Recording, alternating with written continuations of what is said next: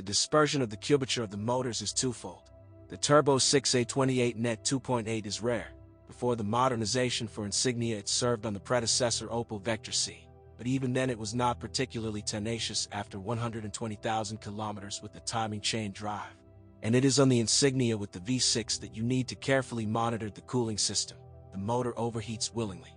At the other extreme is the downsized motor 1.4 of the A14 Net series, which is even rarer, mainly on cars from Europe. The chain here also runs a little longer, and the water pump does not always withstand even 100,000 kilometers. Worse, pistons were destroyed on copies of the first couple of years of production. Then they were finalized, and of the inevitable worries, only oil leaks from under the valve cover or crankshaft oil seal and a clogged crankcase ventilation system remain. The same Opel Vectra C inherited Insignia and the only aspirated dissonant XER family. The speakers with them are really not enough. But the twin brothers 1.6 series A16 XER, 2% of cars, and an order of magnitude more popular 1.8 series A18 XER, 20% of cars, have a hassle-free timing belt drive. Simple washers in the valve mechanism. The gap, as a rule, has to be adjusted after 120,000 kilometers, in general nuances. To prolong the life of the Vani ignition modules, €170 original and from 55 analogs, the replacement of spark plugs at each MOT helps most of all. If dissatisfied with the lubricant, at best, the filter mesh in the control solenoid valve, €50 original, of the CVCP, continuous variable camshaft phase change system can become clogged. And at worst, for instances older than 2012 with a mileage of only 50 to 80,000 kilometers, the engine can rumble like a diesel due to worn-out camshaft pulleys, €70 to €90. After 60 to 100,000 kilometers, do not forget to look at the contents of the expansion tank. It can break through the gasket in the heat exchanger. A thermostat of complex design, €100 branded and from 30 analogs, flows after 50,000 kilometers, and replacing the gasket does not save the plastic case crooks or cracks. When the aspirated 1.6 A16 XER turned into a turbo engine of the A16 LET series, 5% of cars, this did not benefit reliability. The cylinder block jacket turned out to be clearly unprepared for forcing, and the cooling system itself did not become better. When overheating, cracks around the valve seats will not slow down, and in the future, almost sub-R problems with the fourth cylinder and connecting rod liners await. And the destruction of the pistons is not uncommon.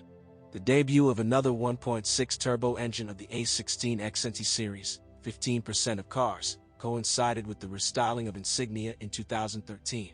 A more reliable cylinder block, but the same problems with cracked piston baffles. And even the most successful firmware versions after 2015 do not insure against this misfortune.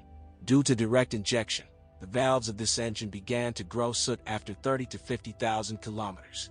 And in addition, the 5IDI injection system itself added trouble with fuel injection pump failures, €750, and nozzles, €180 each. After 60 to 80,000 kilometers, the motor is able to whistle funny with the crankcase ventilation valve with the torn membrane. The nuance is that this device is integrated into a plastic valve cover, €280.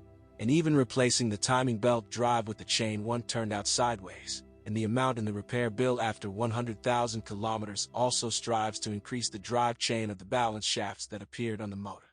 The most popular 2-liter gasoline turbo engine of the A20N family, 35% of cars, also with changes in the power supply and boost system, migrated from its predecessor Opel Vectra C, keeping questions about the small, 50,000th resource of the fuel pump.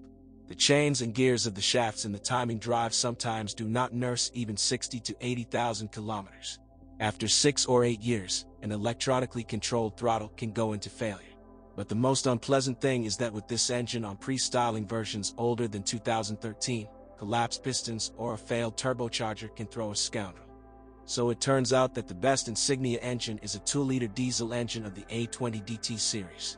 But with one important caveat, if we are talking about restyled versions younger than 2013, because the sword of Damocles of oil starvation hangs over the earlier representatives of the unit jointly developed by GM and Fiat. The main reason is the design flaws of the oil pump, led by a jam pressure reducing valve. Although the other is sometimes even more offensive. After 150 to 180,000 kilometers, a penny rubber gasket between the oil receiver and the pump can collapse, and the crankshaft and liners suffer from low pressure in the system. But then, since 2013, an oil pump of a different design, and at the same time a different crankshaft, came into service, and the problem sank into oblivion, leaving the need to periodically change the timing belt and monitor the cleanliness of the fuel pressure regulator. At the intake manifold, after 120 to 150,000 kilometers, they are sometimes able to crack and begin to let coolant through its plastic partitions. And the intake manifold dampers and their drive need to be cleaned after 100 to 120,000 kilometers. We have to deal with purely diesel issues such as a particulate filter and an EGR valve, and the heat exchanger likes to leak after 60 to 100,000 kilometers. And if the engine suddenly loses power, first make sure the turbocharger valve nozzle is in place. He can leave his post, in which case it is enough just to put him in his place. A rare 2-liter 195 horsepower version stands apart due to 2 turbochargers and especially capricious piezo injectors. And the junior diesel 1.6 of its own Opel design with the chain drive did not gain popularity with us, less than 1% of cars.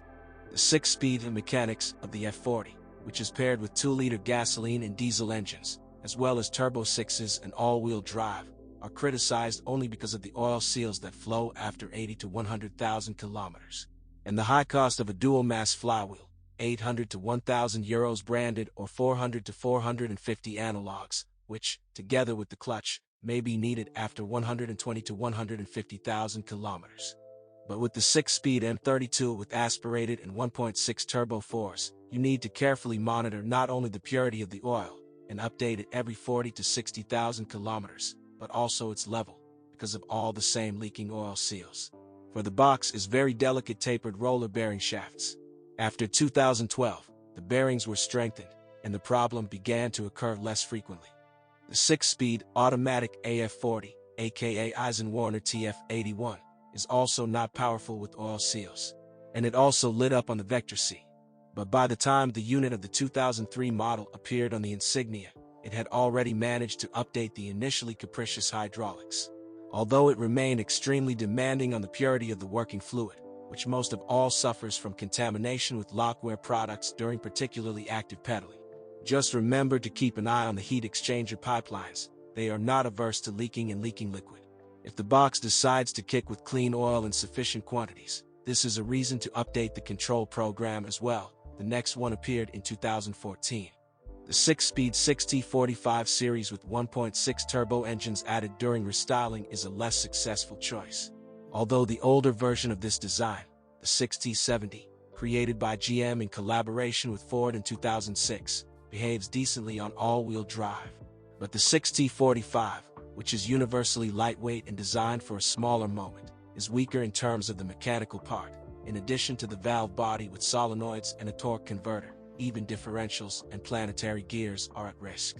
However, this box came to Insignia after numerous upgrades of both hardware and software, having learned to serve quite decent 200,000 kilometers. The 4th generation Haldex clutch and the optional all-wheel drive system with 2-liter gasoline and diesel engines and turbo 6s, total 10% of cars, does not present any special surprises. If you remember that she prefers regular oil and filter changes every 60,000 kilometers, and moderate loads, the clutch is especially tight on versions with the 2.8 engine. The main thing you need to know about the Insignia suspension is that the simpler it is, the cheaper it is to maintain. Standard is McPherson struts at the front and a multi-link at the rear. All-wheel drive versions were awarded with H-shaped levers at the rear, integral suspension. The sport package included modified front struts with mounting through the steering knuckles. Station wagons come with self-leveling rear shock absorbers. And in addition, there are versions with electronically controlled flex-ride shock absorbers, 4 times more expensive, 500 euros front and 270 rear.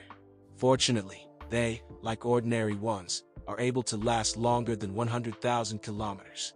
By the way, if the active suspension freezes in the most rigid, sporty position, first check the integrity of its wiring. Ball bearings usually also withstand a distance of 100 to 120,000 kilometers. The main suspension consumables after 40 to 60,000 kilometers are racks, and after 70 to 80,000 kilometers, stabilizer bushings. And if the support bearings of the struts on the Insignia feel better than on the younger Opel Astra model, then the wheel bearings usually also have to be changed after 80 to 100,000 kilometers, 80 to 130 euros complete with the hub. Pluralism at Insignia continues in the steering. It is already of 3 types. Any of the racks is capable of tapping after 110 to 130,000 kilometers, 350 to 480 euros. But with the conventional hydraulic booster, problems usually end there.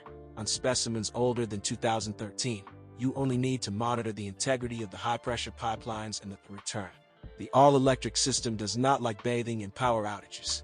But in order not to buy a new pump, 500 euros, in the EGUR combined unit for parts of cars younger than 2012 after 80 to 100,000 kilometers, it is better to change the fluid after 40 to 60,000 kilometers. The former stable expression, rusts like an Opel, can now be forgotten. Only the external decor, under chrome, is unstable.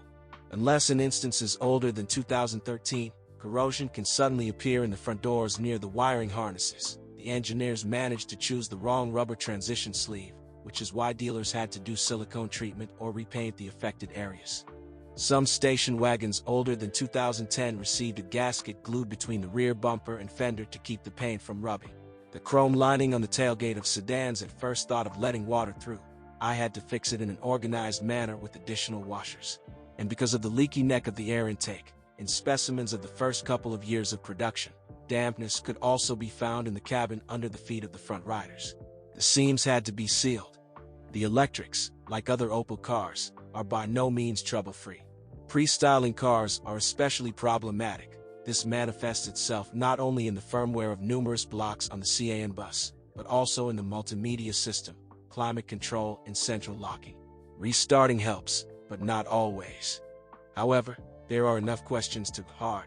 Like the cars of the Volkswagen concern, the wiring and the protective corrugation between the pillar and the front door is damaged over time, because of which, in particular, the power windows go on strike.